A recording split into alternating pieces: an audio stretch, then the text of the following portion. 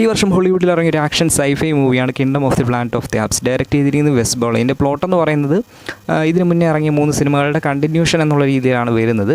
ആ സിനിമകൾ മിക്കവരും കണ്ടിട്ടുള്ളവരായിരിക്കും. അതിൽ സീസർ എന്ന് പറയുന്ന ഒരു ആൾക്കുരങ്ങിനെ ബേസ് ചെയ്ത് ആൾക്കുരങ്ങും മനുഷ്യരുമായിട്ടുള്ള ബന്ധവും അതിനുശേഷം ആൾക്കുരങ്ങുകൾ തമ്മിലുള്ള കണക്ഷനൊക്കെ ബേസ് ചെയ്ത് പോകുന്ന സിനിമകളായിരുന്നു ഈ 3 അതിൻ്റെ കണ്ടിന്യൂഷൻ എന്ന് പറയുമ്പോൾ പോലും ഈ പുതിയതായിട്ട് ഇറങ്ങിയ സിനിമയാണ് ആദ്യമായിട്ട് കാണുന്നതെങ്കിൽ പോലും അതിനൊരു കുഴപ്പമുണ്ടാകില്ല. കാരണം സീസറിനെ പറ്റി മാത്രമാണ് ഈ സിനിമയിൽ പറയുന്നത്. സീസറിൻ്റെ പഴയ കാര്യത്തെപ്പറ്റി ജസ്റ്റ് സീസറിനെ പറ്റി പറയുന്നത് മാത്രമേ ഉള്ളൂ. സീസറിൻ്റെ കാലം കഴിഞ്ഞു, സീസർ മരിച്ചുപോയി.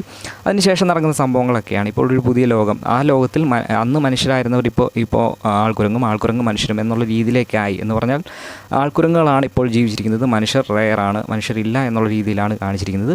അങ്ങനെ ഈ ആൾക്കുരങ്ങുകളുടെ ലോകത്തിൽ നായകൻ്റെ ഫാമിലിയൊക്കെ ജീവിച്ചുകൊണ്ട് പോകുന്ന സമയത്ത് അതിൽ ഒരു ആൾക്കുരങ്ങായിട്ടുള്ള ഒരാൾ സ്വയമായിട്ട് രാജാവാകുന്നതും അതിനുശേഷം അവൻ ലോകം പിടിച്ചെടുക്കാൻ നോക്കുന്നതും അതിനെയൊക്കെ ബേസ് ചെയ്ത് പോകുന്ന ഒരു സിനിമയാണ്. ബാക്കിയുള്ള സിനിമകളൊക്കെ പോലെ തന്നെ കണ്ടിരിക്കാവുന്ന ഒരു സിനിമ. കണ്ടു നോക്കുക, കണ്ടിട്ടുണ്ട് കമൻറ്റ്.